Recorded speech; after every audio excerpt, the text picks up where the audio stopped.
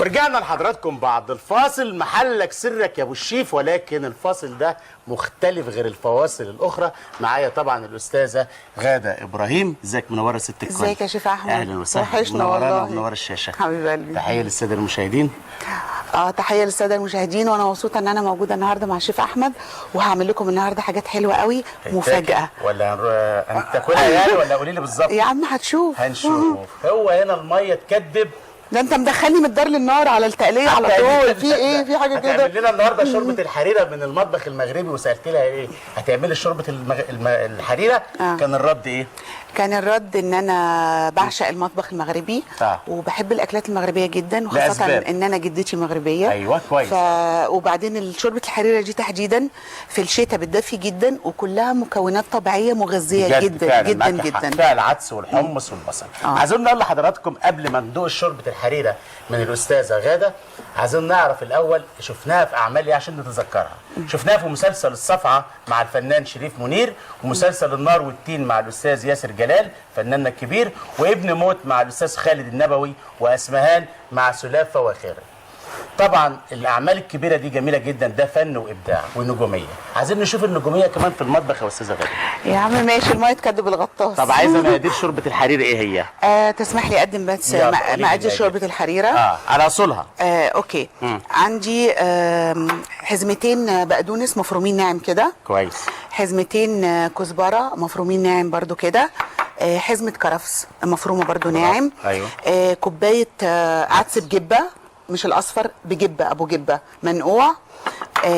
كوبايه حمص مسلوق. الحمص ده متوفر في كل حته، يعني ممكن نجيبه ننقعه، وممكن في علب جاهزه فيها كويس. حمص مسلوق بالميه بتاعته. طماطمتين او 3 على حسب الحجم، متقشرين ومفرومين كده، يعني مبشورين ولا مبشورين؟ يعني مبشورين جامد. 3 بصلات مفرومين زي ما احنا شايفين رفيع. معلقتين او 3 وسط دقيق ابيض عشان نتقل بيه شوربه الحريره. معلقتين معجون طماطم، صلصه طماطم. اوكي.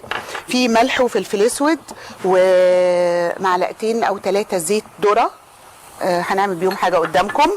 وقطع لحم، يعني ربع كيلو، من ربع كيلو لنص كيلو على حسب الكميه. قطع لحم متقطعه، اصل انا هقطعها شويه علشان دي تخينه شويه. اوكي. كويس. برافو علشان عليك. الشوربه. طيب. اوكي. احنا اتعلمنا استاذه غاده من المطبخ. ايوه. من شيف ونص. انت قلت لي ان انا اتعلمت منك حاجات كتيره. وجيت بناء على انك انت مبسوطه جدا من البرنامج ومتابعه جيد. صراحه يا احمد انت سلس في توصيل المعلومه. ده احنا بقينا اصحاب. طبعا. الله، دلوقتي انا زميله مطبخ. حلو قوي. اما اخرج من هنا يا استاذه غاده يا استاذ احمد. قولي لي ليه سموها شوربه الحريره؟ سين جيم. سين جيم. اولا لان هي حاره، يعني في بيحطوا حار وفي من دون حار، بس هي مش حاره يعني الحريره يعني جايه من الحرير. لا لحظه. لا. طب هي حريره لانها جذور مغربيه، بس اللغه المغربيه بتحر، يعني بتدفي. هي شوربه حاره بتدفي، هي شتويه اكتر على فكره، ما بتتاكلش في الصيف كتير، وخاصه في رمضان، شهر رمضان الكريم. حلو. مدفع الافطار يضرب. المغرب. أيوة. بيتاكل تمر، على فكره شوربه حريره لازم معاها تمر الاساسي. يتاكل تمر 3 أو 5 أو 7 تمرات، وبعدين شوربه الحريره، وبعدين بيقوموا يصلوا صلاه المغرب ويكملوا لغايه صلاه العشاء والتراويح، وبعدين بيكملوا فطورهم، يعني مش زي عندنا بنفطر نروح دبين الفطار مره واحده، لا مفيش كده. هم بعد ما بيخلصوا الصلوات كلها بيبداوا بقى الفطار. السؤال بتاعنا ليه سموها شوربه الحريره؟ لسه ليك قرايب في المغرب؟ ليكي حبايبك في المغرب كتير؟ بتحر وبتدفي. ليكي حبايب في المغرب كتير؟ بالزاف يعني بالكتير. بالزاف. اقول للساده المشترين بالزاف يعني ايه بالكتير؟ يعني بوكو، يعني كتير. حلو. شوربه الحريره سموها لان في العاده شوربه الحريره بعد ما بتطلع من النار بيتحط لها صفار بيضه مضروب وما تدخلش النار تاني، فبيدي لها القوام الحريري بتاعها. صفار البيضه لما لا بس احنا لا هذه الطريقه التونسيه. الطريقه المغربيه ايوه لا ما بنحطش الصفار بيضه. بنضرب بره 3 معالق دقيق مع ميه لوحدها بارده. تتضرب لغايه ولما الحريره تغلي بتضيف الخليط ده واحده واحده علشان يدي قوام. ما بنحطش صفار بيضه. الطريقه التونسيه والليبيه. ايوه بس انا عايز احكي الحكي التونسي. عايشك وده في فرشتك. لا بس الطريقه المغربيه غير. ام ادهم. يا ام ادهم ازاي؟ ام هنا ازيك؟ ازيك يا شيف؟ عامل اهلا وسهلا. اهلا بحضرتك. ازيك يا ست الكل؟ الله يسلمك. اتفضلي. يسلم لنا على الفنانه. حبيبه قلبي ازيك، منورانا يا قمر. الله يسلمك، تسلم ايدك. حبيبه قلبي، شوربه الحريره دي هتعجبك قوي لانها يعني لوحدها اكله دسمه، مش دسمه بتتخن، لا مكوناتها كلها طبيعيه وكلها حاجات مفيده للجسم، ما فيهاش سمنه، ما فيهاش حاجات يعني نقدر نقول على السفره وجبه كامله مش محتاجه، فيها نشويات وبروتينات وكل حاجه. كل حاجه. تسلم ايدك حبيبه قلبي. ليكي سؤال يا ست الكل، اتفضلي. حضرتك نعم. ايه؟ عايزه اعمل كيكه بالفراوله. كيكه بالفراوله؟ الفراوله عينيا الاثنين. وعايزه اعمل كمان لحمه جايبها بانيه، اعملها على طريقه بقى شيف ونص. ايوه كيكه بالفراوله، عيوني الاثنين يا ست الكل. هي نفس مقادير الكيكه، بس نيجي للفراوله بنقطعها مكعبات صغيره ونحط عليها شويه دقيق صغيرين من المقدار بتاع الكيكه، وبعد كده خلاص خلصنا الكيكه وخلطناها في الخلاط، المقادير الجافه لوحديها والمقادير السائله لوحديها، بننزل بالفراوله في قلب الكيكه في قلب الخليط. يا اما بعد ما نحطها في القالب، يا اما نحطها في القالب كده بحرص شديد جدا، تكون درجه حراره الفرن عندنا 180، ونحطها في الفرن من 40 ل 45 دقيقه. احمد عايزه طنجره او حله، علشان طنجره يعني ايه؟ طنجره يعني حله. عايزه حله عشان اعمل فيها شوربه الحريره. أيوة. انا المساعد بتاعك النهارده انت المساعد بس في الاخر عايزين نقول مين الشيف ومين الايه النص. لا انا الشيف ونص. انت الشيف ونص، انا لوحدي شيف ونص. طيب تعال ادي الحله اهيت على النار الكل. يلا يا جماعه بصوا يا جماعه، هنبدا بسم الله الرحمن الرحيم. الحله بتبقى فاضيه لسه، ما بنحطش فيها الميه دلوقتي، بنحط الكرفس اهو ماشي، حلو قوي. بعد كده بنحط البقدونس، كل مفروم بيبقى مفروم صغير علشان في الشوربه يبقى دايب ويبقى طعمه جميل. وبعدين بنحط الكزبره الخضراء. حلو. بقى كده الكرفس والبقدونس والكزبره. ده بيتحط على النار كله في وقت واحد؟ لا لسه كل ده لسه ما زدتش الميه. اوكي. وبعدين البصل المفروم اهو ماشي. ايوه ادي البصل المفروم تمام. كل ده ني في ني؟ كله ني في ني. وادي العدس ابو جبه، ده مفيد فوائد غير عاديه. منقوع بيبقى منقوع ساعه او ساعتين. كويس. ما بتاخدش رز يا غدا؟ لا. وبعدين الحمص ده مسلوق، يعني لما يقعد شويه ربع ساعه على النار هيبقى زي الفل. ادي الحمص لازم يكون مسلوق من قبل. مسلوق كويس. او منقوع لا يكون مسلوق افضل عشان ما ياخدش وقت. اوكي. ايوه. وبعدين بنضيف اللحم. ادي اللحم اهو متقطع اهو حتت صغيره عشان يدوب في الشوربه. حلو قوي. تمام ما شاء الله. اللحمه حمرا دي دي كندوز. طازه لسه جايه من عند الجزار. دي كندوز صح. عادة بيتعمل باللحمة الضاني. الضاني بس ما تكونش سمينة، بتكون حمرا برضو متقطعة صغير يعني عامة يعني، بس أي لحم يفي بالغرض. بعد كده بنحط الطماطم المفرومة أهي. أوكي كله مع بعض. خلصت بسرعة قوي. لا لسه يا حبيبي. وبعدين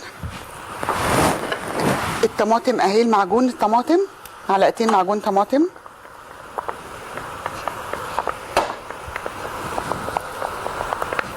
يكفي. حرام ليه؟ نعمة الله نرميها. حلو قوي. تمام. بنضيف معلقتين زيت ذرة، او ممكن في ناس بتحب يعني يبقى طعمه مذاقه زبده فلاحي، فبيحطوا معلقه واحده زبده فلاحي. في الاول ولا في الاخر؟ لا معاها دلوقتي كده. ادي ايه؟ معلقتين زيت ذره. خلاص. تمام. بنضيف الملح. البهارات بتكون ايه؟ ملح وفلفل اسود فقط. فقط. لا مش في ده. وادي الفلفل الاسود ماشي. ايه رايك في المطبخ بتاعنا؟ تمام. انت عندك زعفران. زعفران ده ممكن حسب الرغبه. حسب الرغبه ممكن نحط رشه زعفران كده. تمام. او نستبدل بها بكركم مفيش مشكله كده. تمام يا عم اشرف. احنا قلبنا ده كله مع بعضه. ايوه يا حبيب قلبي. السلام عليكم. السلام ورحمه الله وبركاته. السلام ورحمه الله وبركاته. الفنانه غاده منوره الشاشه والله. ربنا يسعدك يا رب. والله منوره الشاشه. ربنا يسعدك. ربنا يسعدك. انا على فكره شيف برضه، بس مش زي حضرتك اكيد يعني. اهلا وسهلا شرفتنا.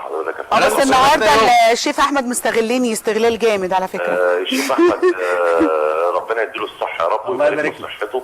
الله يسترها معاك. وجايب احلى فنانه بصراحه والله. ربنا يسعدك يا رب. ربنا يسعدك. تسلم ايدك والله.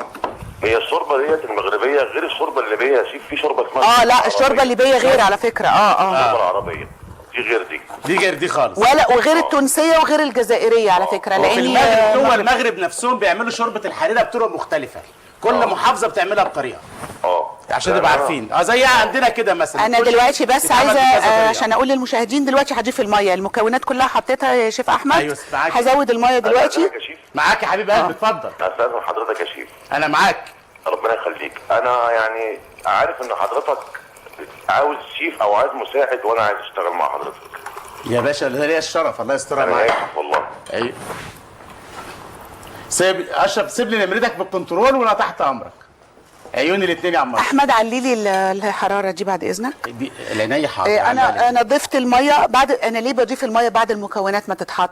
ما ينفعش احط الميه واروح دلقه فيها تطلع مش قد المكونات. بحط المكونات كلها الاول واقلبها مع بعض، بعدين اضيف الميه عشان اقدر احكم الشوربه ما تبقاش لا زياده قوي الميه. تاني المعلومه ديت. طيب بحط المكونات كلها مع بعض واقلبهم عشان يبقوا متجانسين وبعدين اضيف الميه بعد ما احط عشان لا الشوربه تبقى عايمه قوي ولا تبقى اقل من المكونات. اتحكم في السائل. طب اللحمه مش هتتشوح هنا يا غدا ولا حاجه؟ لا المغربي بتتعمل ني في ني. كويس ماشي. المطبخ احنا اتفقنا مع بعض من بدايه ما اشتغلنا مش دستور، كل واحد بيشتغل بطريقته.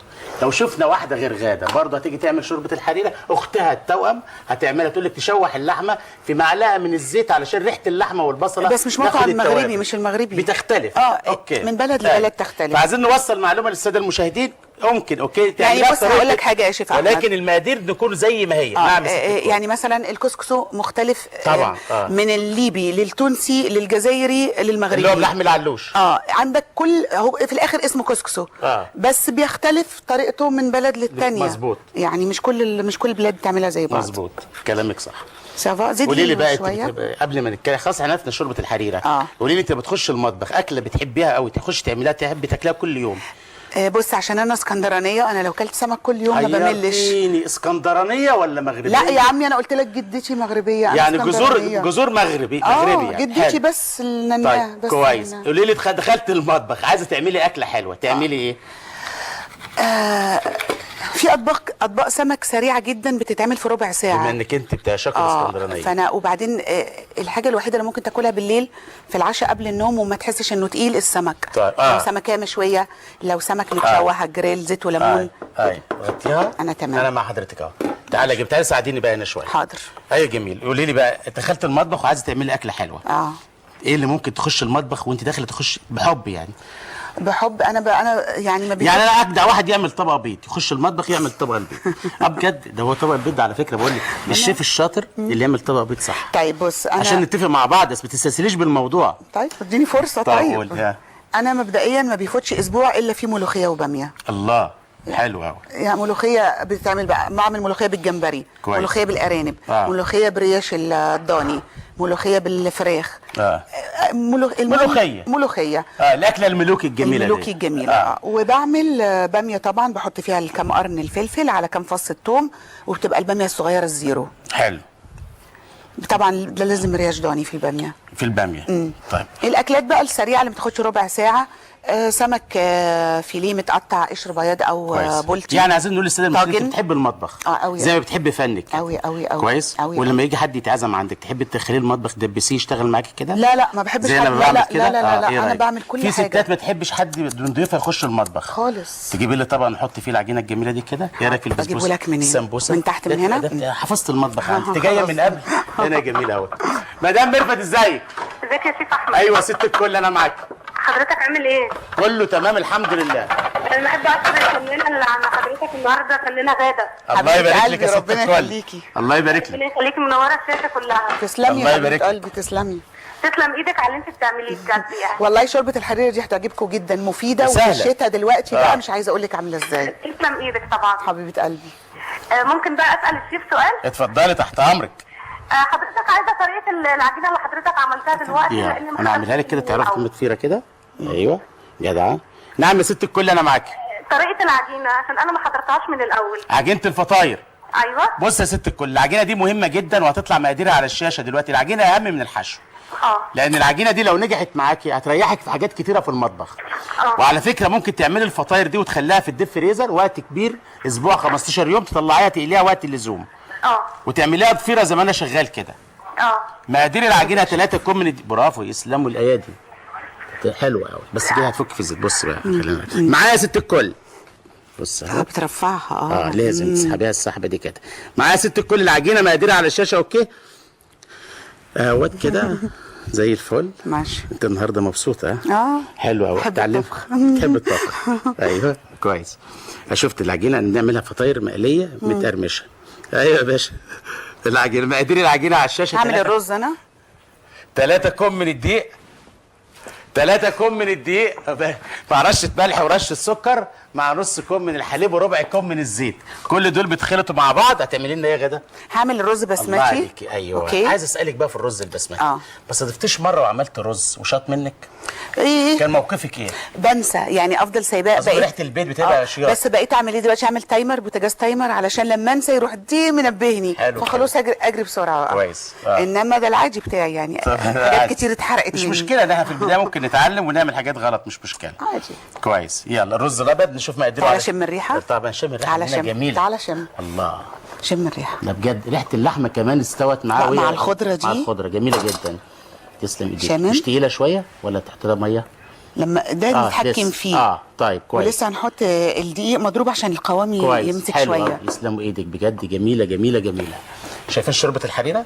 حلو قوي. هنشوفها مع بعض. فطاير بالدجاج والسمان مع دبس الرمان.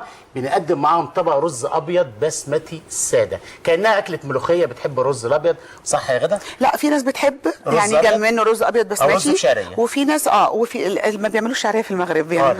لا بيسموها ايه في المغرب؟ الشعريه؟ لا، ما بيعملوش الرز بالشعريه ده لا خالص. بيسموها ايه الشعريه؟ لا عادي، ما شعره بالشعريه عادي. بس لا، مش دي مش درجه يعني. مش درجه، مش زي عندنا كويس. خالص. هو رز بسمتي ابيض ساده. او الكسكس هو الدارج. كسكس ساده. كسكسو يا بالخضروات يا بالحوت. الحوت ده يعني العيش السمك. عندهم زي في البحرين كده لما يسموا العيش والرز ده عيش او كسكسي او كده. هنرجع بعد الفاصل. نصيحه من الشيف بيحبكم، حلقه خاصه، تابعوني بعد الفاصل.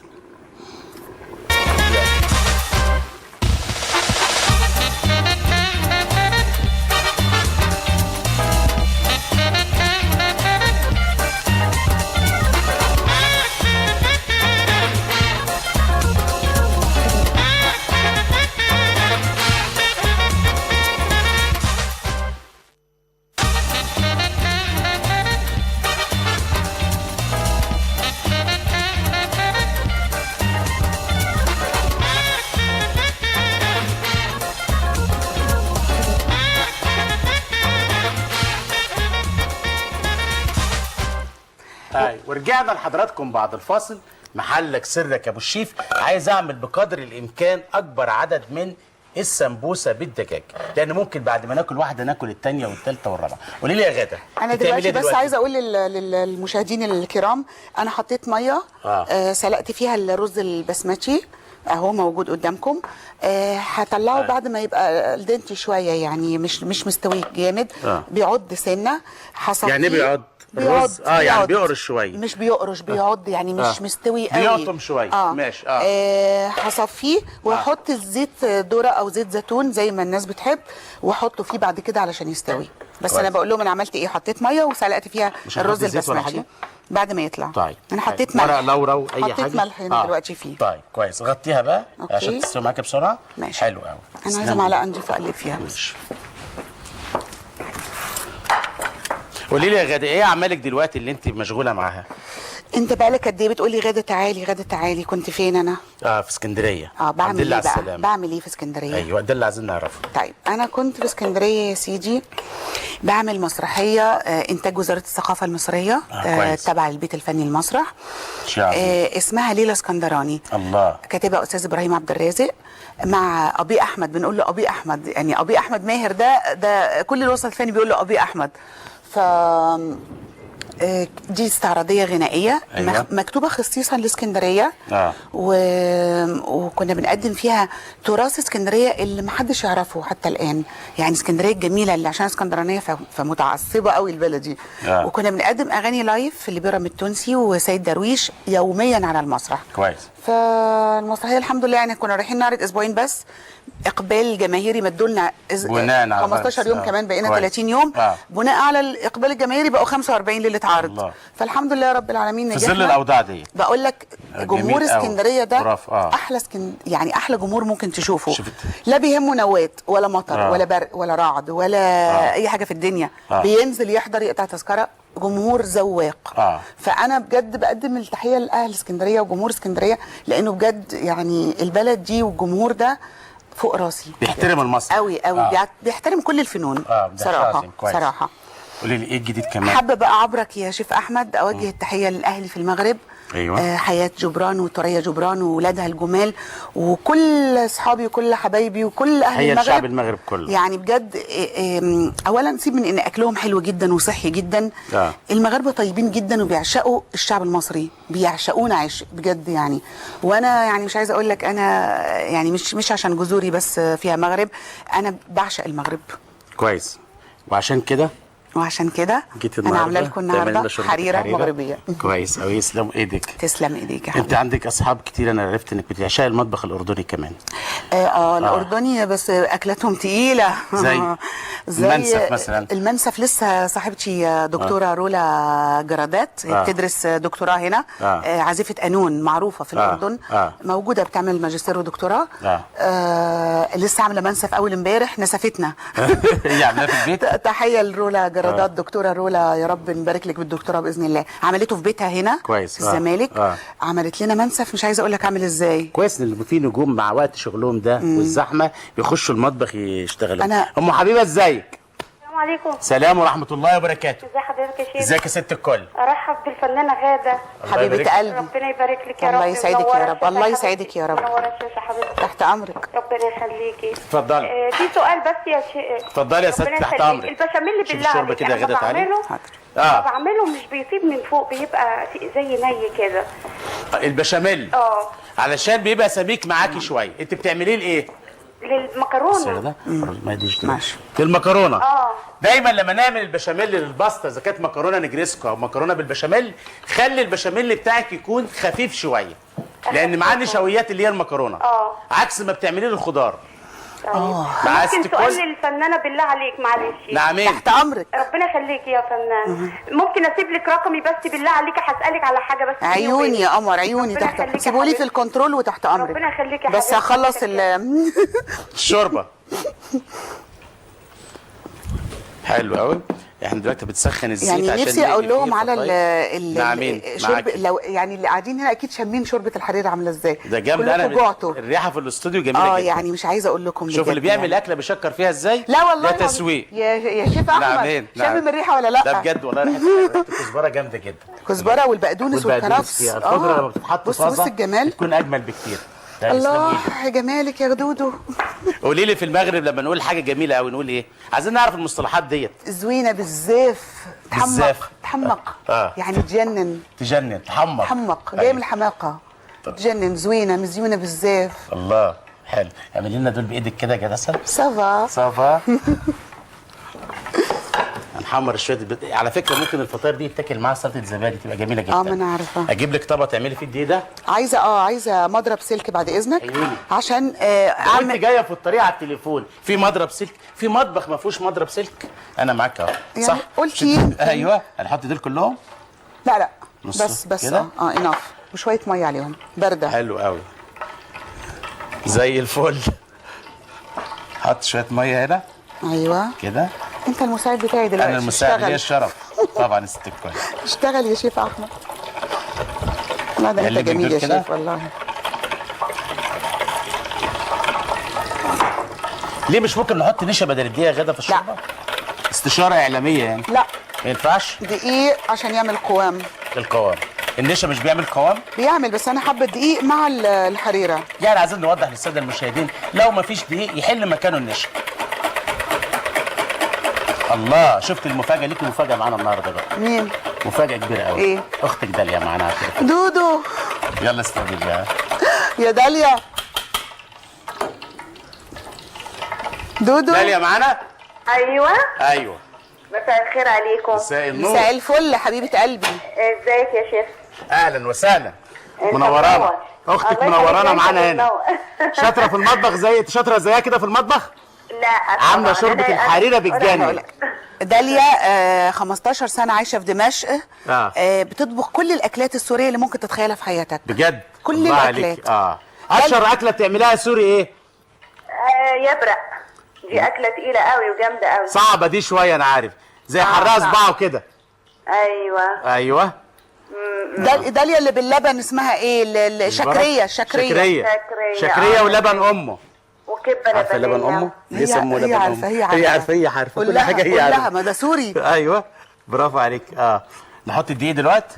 قولي لي يا داليا، عايزه واحدة توجهي واحدة حاجه بنقلب. حطي. داليا خليكي معايا. بصي يا قلبي وجمهور الحبيب، انا ضربت معلقتين دقيق بميه بره الطنجره، بره أيوة. بره الحريره، بره الحل، علشان هضيفهم دلوقتي واحده واحده وانا بقلب وهي بتغلي، علشان القوام بتاع الحريره يبقى حلو وما تكلكعش مني. يعني شويه شويه بقلب وبضيف الدقيق بالميه. برافو. دودو راح دودو. داليا معايا. خلي بالك يا عايزه تجيبي لها شويه شوربه معاك وانت ماشيه. حبيبه قلبي هعملها لها في البيت، هعملها لها ان شاء الله. يا ديت ان شاء الله. شايف؟ بص تعالى، بص بقى، تعالى شوف القوام. بص الجمال. امسك يا جميل حبيب قلبي، شايف؟ الله. خد يا جميل. يا جماعه كل اللي في الاستوديو حلو. هيشرب شوربه حريره وهيدعي لي، والله العظيم هيدعي لي. تعالي معايا كده بقى نحمر الفطاير. داليا لو سامعاني لو سمحتي اعملي لي شكريه، وحشتني قوي، هموت عليها. مش لازم تعرفي الشكريه الاول بتتعمل من ايه؟ انا عملتها قدامي. على فكره هي بتعمل اللبن في البيت، اللي هو ده اللبن اهم حاجه. المتخمر ده، هي بتعمله في الشكريه البيت. ولبن امه واللبن نفسه هي بتعمله في البيت، بتخمره في البيت، مش بتجيب الجاهز. كويس. شوفوا دلوقتي بقى وانا بحط شوربه الحريره، مكوناتها ايه؟ اللحمه مع الخضره مع الحمص مع العدس اللي بجبه، بصل وطماطم الله. ودقيق، فيها كل حاجه كويسه، كلها مكونات طبيعيه، حتى ما حطيتش سمنه، شويه زيت صغيرين قوي. انا هاكلك النهارده فطاير بالجبنه وهشرب من ايدك طبق شوربه الحريره. نتبادل. انا موافقه. موافقه على كده؟ موافقه جدا. بس عايزين نحكم، نشوف الساده المشاهدين يقولوا لنا الفطاير ولا الشوربه؟ الشوربه طبعا. اكيد طبعا الشوربه تكسب. اهو طبق اهو. ايوه جميل. احطه لك فين يا شيف؟ ده هنا؟ هنا يا ست الكل. فين يا حبيبي؟ اهو هنا. تعالي. دي شايف يسلموا ليالي. شايف الجمال؟ شايف الجمال؟ عامل تيست دلوقتي من دوق. شايف الجمال؟ الله. فيك تطفي عليها وسبيكه بقى. شويه. حلو. ومسكت جميله، شايف عامله ازاي؟ كده. تعالي. تعالي يا غالي. هتجرب فيا؟ طيب. لو عايزه ملح قول لي. ايه؟ لا عايزه ملح دوقها كده؟ عايزه ملح. اوكي. بسم الله الرحمن الرحيم.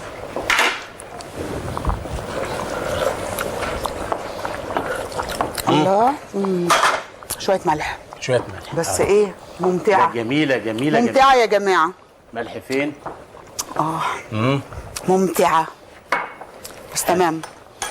لا اطفي عليها كده، كفايه، كله استوى، كله استوى. حلو. الرز دلوقتي عايزه اصفيه في مصفى. يلا ممكن نصفيه بمصفى كده. تعالي. ماشي. زي دي كده. خدي شويه على قد استخدامك. حلو قوي كده. شايف؟ كده استوى. تمام. تمام. اصفيه فين بقى؟ في طبق. انت هتغرفيه في طبق. الله على الفطاير. في مصفى صفيه؟ عيوني الاثنين. مصفى. في مطبخ ما فيهوش مصفى؟ حبيبي احلى مصفى. احلى مصفى هون عندنا. يلا يا عزيزي. حطوا على حاجه غويطه عشان اصفي فيه. يلا يا عزيزي. ماشي. تمام كده. ايوه. تمام. يلا حبيبي. تمام. الله على جمال الرز وريحته، جماله. هي نفس الحله. ايوه. هنحط فيها شويه زيت اهو. اهو بس تمام. الفطاير دي طبعا الميزه فيها ان احنا العجينه هنا ما فيهاش بيض، فممكن تبقى طريه، عشان كده مش بنصح البيض خالص في الفطاير المقليه. وحطينا الرز البسمتي اهو. الله. تمام تمام حلو قوي. كله زي الفل. تعالى يا عسل يلا. شايف؟ وطي لي بقى النار دي شويه بعد اذنك. عيوني. شايف؟ ده الرز ده مش له زبده ولا اي حاجه. حطيت زيت. نعمين. حطيت معلقه زيت. حلو قوي. بس وخلاص. يلا يا حبيب قلبي. وطي لي النار دي عاليه قوي. عيوني الاثنين. او اطفي خلاص. حاضر. يلا نغرف الرز هنا. اطفي بقى. اطفي على ده. واطفي نغرف ده الرز كمان هنا. حرام. نغرف الرز هنا. ماشي. يلا. هغرف هنا بده. يلا خد. ده معلقه كبيره. ماشي. يلا عشان وقت البرنامج. ماشي. تعالى يا حبيبي. يلا. اوه. ده رز ابيض بجد، ما فيهوش اي مواد دهنيه خالص، انا ملاحظ. زيت. لا زيت قليل حطيت له كمان. بس وبيتسلق يلا، ملح كفاية بس. قوي. حلو قوي. تسلموا ايدك. ادي الرز الابيض. الله. بسمتي. تمام. هنبدا نغرف الفطاير هنا. تعالي بقى اغرفي لي الفطاير دي كده، ظبط السفره. حاضر. ده دورك. حاضر. الطبق الحلو ده كده. حاضر. انا اطفي لك النار خلاص كده عشان اطفي على الاثنين خلاص. يلا يا حبيبي اهو. تمام. بجد تسلموا ايدك النهارده. تسلم شوربه ايدك الحريره وعينيك. بتجنن. حبيب قلبي. ميزتها اتعملت بطريقه جديده حلوه قوي، كله ني في ني على النار وما خدتش وقت كتير. تاخدش ربع ساعه عايزه ويا اقول ريت لك. اللحمه تكون بتلو او ضاني. مش هتشم تاخد النار. وقت سوا كتير هتشم زي النار. الكندوز. هتشم النار. حلو قوي. شفت مطبخنا النهارده سهل وبسيط ازاي؟ يسلموا الايادي. الله عليك. حطها هنا. اوه وجبه كامله ودسمه. معانا مع بعض شوربه الحريره، فيها كل حاجه احنا عايزينها، فيها البروتين، فيها النشويات، فيها الحمص، فيها الطماطم، عدس بجبه. عدس بجبه ولا عدس طماطم وبصل. حلو قوي. والطبق الرز الابيض الجميل. ودقيق معلقه واحده عشان تدي القوام. كويس. معانا فطاير بالدجاج، عشان نقول ان السفره بتاعتنا النهارده ما فيهاش لحوم ولا هبر، لا فيها فطاير بالدجاج، ممكن الاطفال ياكلوها ممكن الكبار ياكلوها. ايه رايك يا غدا؟ هتاكلي الفطاير ولا الشوربه؟ اساس الشوربه. انت عملت الفطاير لازم ادوقها، عيب. أيوة. بس انت لازم تدوق الشوربه بس عشان تقول بجد لي. تسلم ايدك، وانت بتحب المطبخ باين من تصرفاتها، من وقفتها في المطبخ وهي بتتعامل نفسها مع الماتيريال بتاع الاكله، فاهمه هي بتعمل ايه. ده شيء عظيم جدا. حلقه خاصه جدا النهارده، زي ما وعدنا حضراتكم كل يوم سبت بيكون معانا نجم، زي ما هو نجم في المسرح في السينما في التلفزيون، كمان بيكون نجم في مطبخه. تابعوا الشيف احمد المغازي وبرنامجكم رؤيه. حابه بس والنبي يا احمد قبل ما الله يخليك، حابه اعايد كل اخواتي وحبايبي واصحابي بمناسبه عيد الميلاد المجيد وبمناسبه المولد النبوي الشريف، لان احنا كلنا مصريين. كل اخواتي عيد الميلاد المجيد، عيد المولد النبوي الشريف، ويا رب كلنا نفضل زي ما احنا، زي ما تربينا، زي ما عشنا، نسيج واحد، كيان واحد، ايد واحده باذن الله. وارجوكم انزلوا صوتوا للدستور بنعم، لان ده خريطه الطريق اللي هنعدي بيه من عنق الزجاجه. ارجوكم كل سنه وانتم بالف خير ان شاء الله. تحياتي. تمام.